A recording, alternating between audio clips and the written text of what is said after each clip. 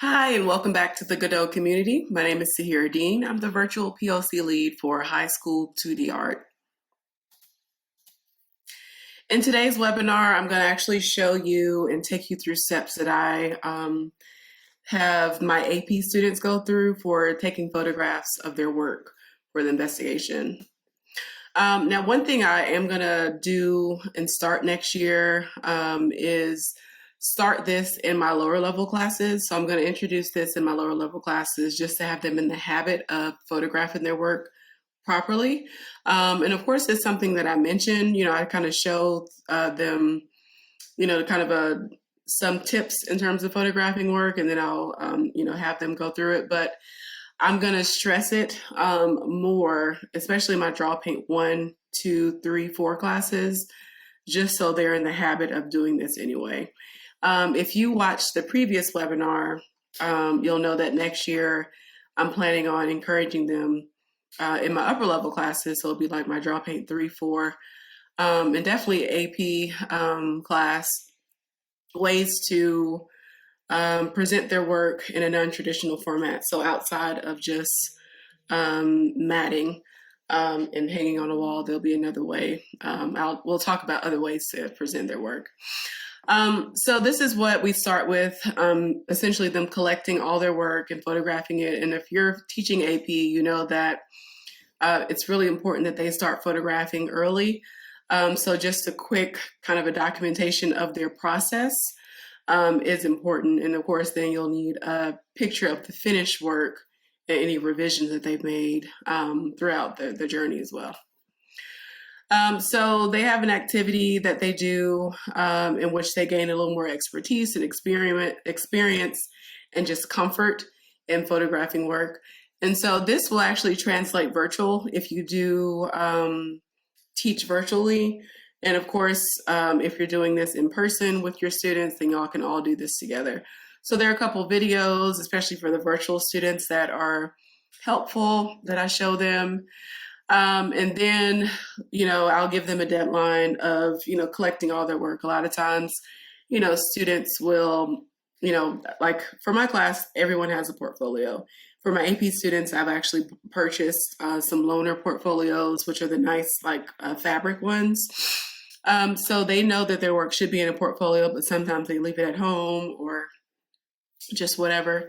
So I'll give them a deadline, and I'll be sure to announce this early enough so that they know they can just start bringing their work in, especially if they're working larger. They can make arrangements to bring that work in by a certain date. So once they have all their work in, natural lighting is best. So we'll go outside, not on a not too sunny day, but, honestly, the best day to photograph is like a cloudy day because you won't get any weird shadows and things like that. But, you work with what you have, right? We talk about no weird cropping or angles, no clutter in the background. So especially if you're students that are working virtually from home, this is important for them to think about, like not taking photographs on their bed or, at the kitchen table, to encourage them to go outside and plan accordingly. No weird glares or shadows or cutting images. Just a nice clean image is what they want. So a lot of students, of course, in this day and age have a cell phone, and cell phone pictures honestly work fine.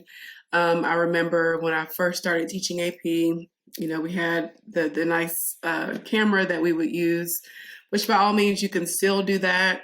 One challenge I found with using the big cameras was having to convert the image and make it smaller. So for a less tech savvy, which is surprising to think that students are not as tech savvy and some things as you would think they would be, but it just makes it easier to not have to go through all that image conversion and all that kind of stuff. So holding the phone with two hands is definitely important because it allows the image to be nice and clear and avoid any blurs. And then, of course, making sure that the lens is clear and clean of any fingerprints or smudges. So we look at this photograph and, we kind of this is where we stop and have a discussion. What's wrong? What's right? The hand in the picture, it's not cropped. There's some weird shadows, some weird lighting, so it's not evenly lit, so on and so forth. So, and then we talk about what could be improved to make this a better photograph, right? So cropping in, possibly taping the image down to something flat if maybe it was rolled, that kind of thing, and then finding a better light situation so that you don't get any of the weird lighting going across the work. So when you have some interesting textures, like I had some students that were interested in textures this year, so like working up with like Mod Podge or some type of paste or even gravel or something like that they might mix in with paint.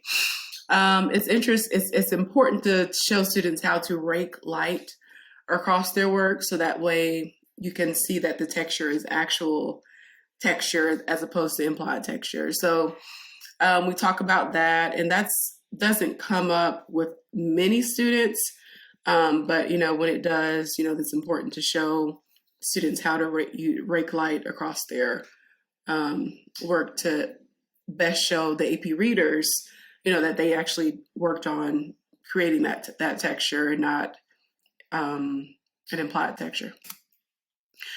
So if it is like raining outside, or maybe it's really, really hot outside, or just, some extreme case where they can't go out to photograph in natural light, we talk about having 2 lights sources to beam onto the artwork.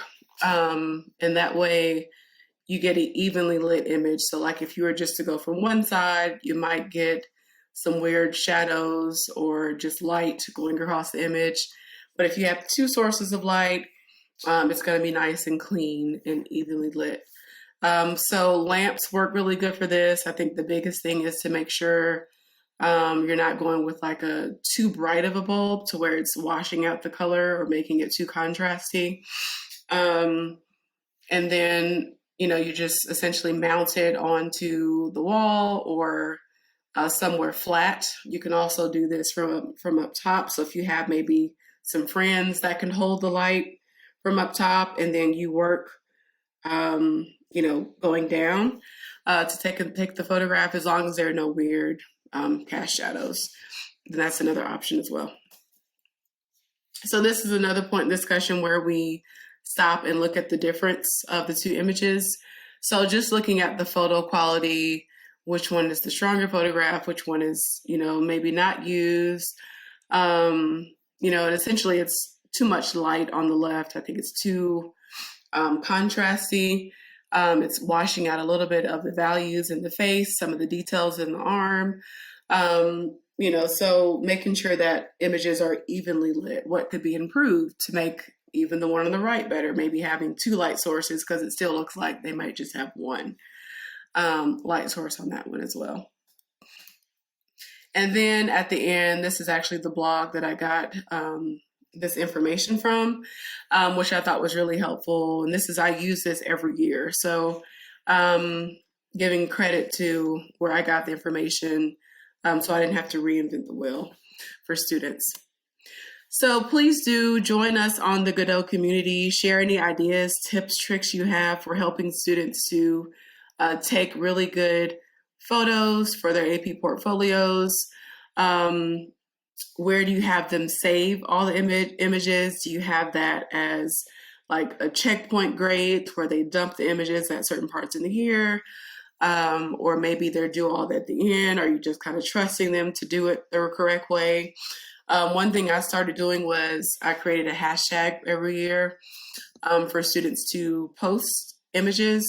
That way they're documenting their images online, as opposed to like trusting that they won't lose their phone or accidentally delete all their images in their cell phone, or maybe they had their computer crash and they just lost all their images. So share any tips, tricks you have that you might want to share with other teachers. But definitely join part in the discussion if you have not already. Thank you so much for being here, and I'll see you in the next one. Bye.